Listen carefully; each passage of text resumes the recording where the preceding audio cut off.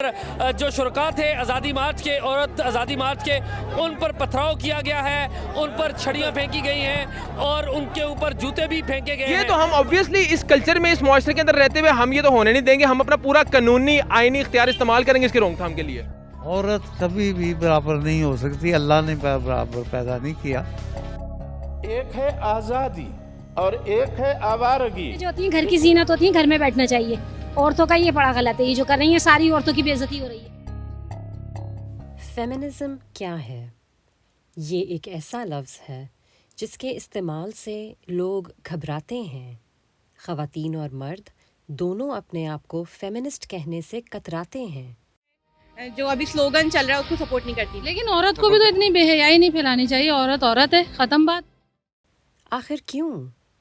آئیے ہم مل کر اس لفظ کا معنی سمجھیں. فیمنزم مساوات نسواں پہ یقین رکھنا ہے. خواتین کے معاشرتی، سیاسی اور معاشی حقوق، خصوصاً جنسوں کی مساوات کے نظریے پر اعتقاد کرنا یا اس کی حمایت کرنے کو مساوات نسواں یا فیمنزم کہا جاتا ہے.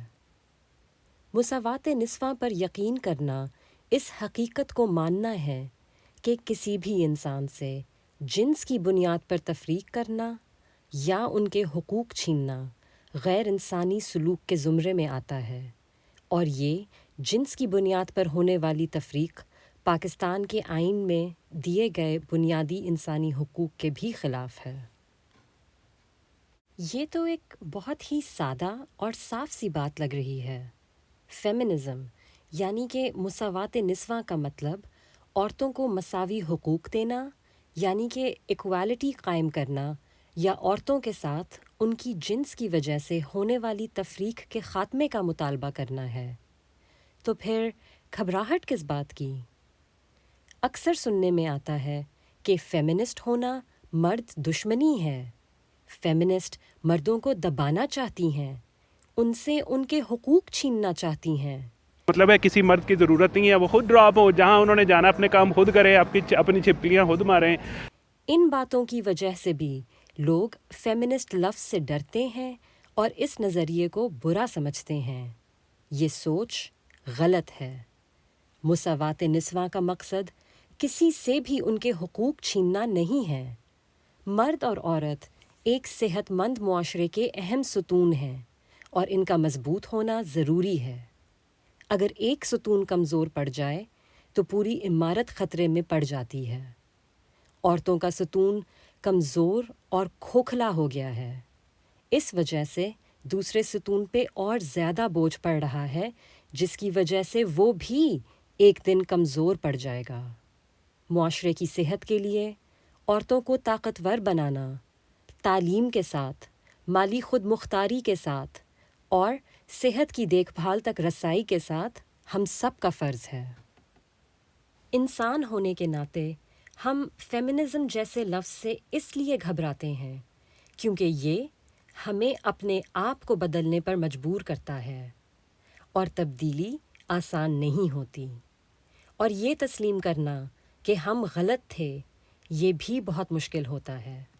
ہمارا ماننا ہے کہ صنفی اور جنسی امتیاز اس نظام کی حمایت کے بغیر ہو ہی نہیں سکتا جس نظام میں صدیوں سے اس طرح کے رویے رائج ہوں. پولیس، قانون، حکومت، تعلیم اور یہاں تک کہ ہمارے ڈرامے بھی اس نظام کا حصہ ہیں. یہ استحصال کبھی بھی ایک شخص کی وجہ سے نہیں ہوتا، اور یہ مان لینا کہ ہم بھی اس نظام کا حصہ ہیں. خود احتسابی کا یہ عمل ہمیں فیمنزم کے لفظ سے ڈرا دیتا ہے. ہمیں لگتا ہے کہ اگر ہم نے اس لفظ یعنی کہ فیمنزم کو تسلیم کر لیا تو ہمارے وجود کا نام و نشان مٹ جائے گا. ہم یہ بات بھول جاتے ہیں کہ ہر شخص میں یہ صلاحیت ہوتی ہے کہ وہ خود کو بھلائی کے لیے بدل سکے. ہم سب کو اپنے رویے بدلنے کی ضرورت ہے تاکہ ہمارے ارد گرد کے لوگوں کو ہمارے وجود سے کسی قسم کی کوئی پریشانی نہ ہو اور انہیں برابری مل سکے. عورتوں کے حقوق کے تحفظ کے لیے مظاہرے اور احتجاج کئی دہائیوں سے ہو رہے تھے، مگر یہ پہلی دفعہ تھا کہ اتنے بڑے اور منظم پیمانے پر اس کا انعقاد کیا گیا۔ اس کا آغاز 2018 سے ہوا جب 8 مارچ عورتوں کے عالمی دن کے موقع پہ پاکستان کے مختلف شہروں میں خواتین نے مظاہروں میں حصہ لیا اور اس تحریک کو عورت مارچ کا نام دیا گیا۔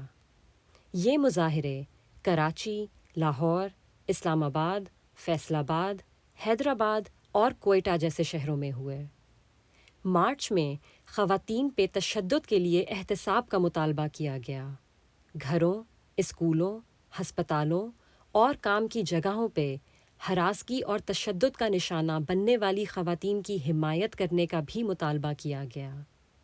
ہر سال عورت مارچ ایک ایسی دنیا کا مطالبہ کرتا ہے جہاں عورتوں کا لباس ان کے کردار کی وضاحت نہیں کرتا، ایسی دنیا جہاں عورتیں اپنی سچائی بیان کر سکیں اس ڈر کے بغیر کہ ان کے خلاف FIR درج ہو جائے گی، ایسی دنیا جہاں صرف عورت ہونے کی وجہ سے ہمیں کم تنخواہ نہیں دی جائے گی۔ لیکن عورت مارچ بھی فیمنزم کی طرح ایک متنازع لفظ بن گیا ہے۔ اس مارچ اور اس تحریک پہ کئی الزام لگائے گئے۔ آج ہم ان افواہوں اور الزامات کی تردید کریں گے۔ سب سے پہلے یہ اکثر سننے میں آتا ہے کہ عورت مارچ ایک فورن فنڈڈ تنظیم ہے جو کہ پاکستان میں غیر ملکی مفادات کی نمائندگی کرتا ہے۔ اس بات میں کوئی سچائی نہیں ہے۔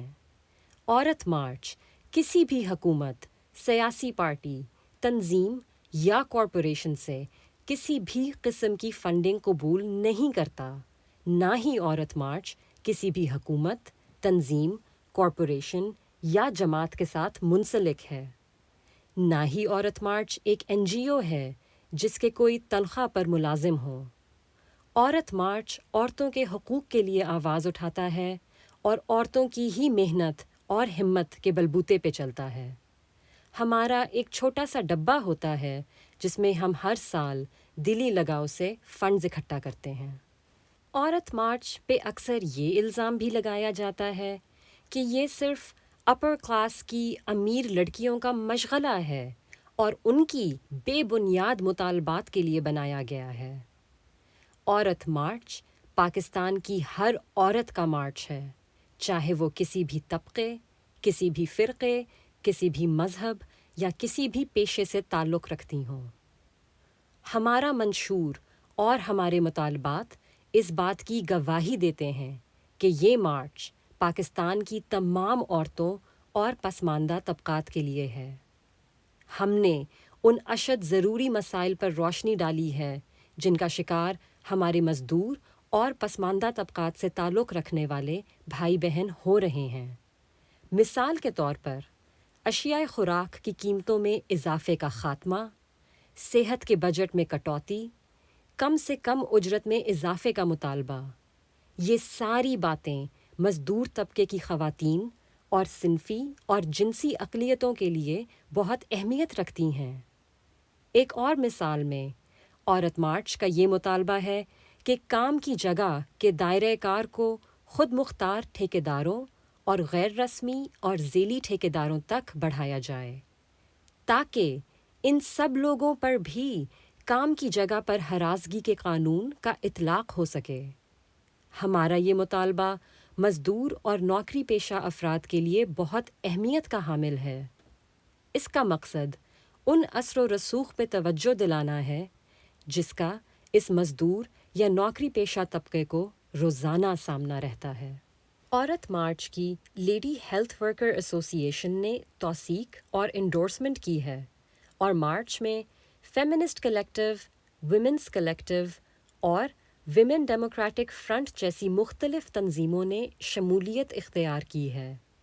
ہماری تحریک مختلف علاقوں اور لوگوں جیسے کہ یوحنا آباد، بیگم پورہ، شادرہ، خواتین کے ہاسٹلوں اور برادریوں جیسے کہ گھریلو ملازمین، گھروں میں رہ کے کام کرنے والے افراد، لیڈی ہیلتھ ورکرز، بھٹا مزدور، ٹرانس برادری اور مزید طبقات تک پھیلی ہوئی ہے۔ اس میں وہ رکشہ سٹینڈ بھی شامل ہیں جنہیں ہم راستے میں یا بازاروں میں کھڑا دیکھتے ہیں، جہاں ہم رک کر لوگوں سے ہمارے منشور کے بارے میں بات کرتے ہیں۔ اس میں وہ ہسپتال بھی شامل ہیں جہاں ہم ڈاکٹروں اور نرسوں کو اکٹھا کر سکتے ہیں، جیسے کہ سروسز ہاسپٹل اور شیخ زید ہاسپٹل۔ وقت کے ساتھ ساتھ ہماری لوگوں کے ساتھ مستقل ملاقاتوں کی وجہ سے ہم نے ان کے ساتھ ایک مضبوط رشتہ قائم کر لیا ہے، جو کہ ہماری تحریک کے لیے بے حد اہم ہے۔ مارچ سے پہلے ہم مختلف طبقات کے لوگوں کے ساتھ جو گفتگو کرتے ہیں اور پھر جو نکات وہ ہم تک پہنچاتے ہیں، وہ اس بیانیے کا اہم جز بن جاتے ہیں جو کہ ہم اس تحریک کے ذریعے اٹھانے کی کوشش کر رہے ہیں۔ یہ طبقات ہماری تحریک کا اور ہماری مارچ کا اہم حصہ ہیں، چنانچہ وہی اس دن ہونے والی تقاریر اور فنی مظاہروں کی قیادت کرتے ہیں۔ عورت مارچ ایک اجتماعی کوشش ہے جس کی سربراہی کوئی ایک ادارہ یا ایک شخصیت نہیں کرتا، بلکہ تمام خواتین اس مارچ پہ حق ملکیت رکھتی ہیں۔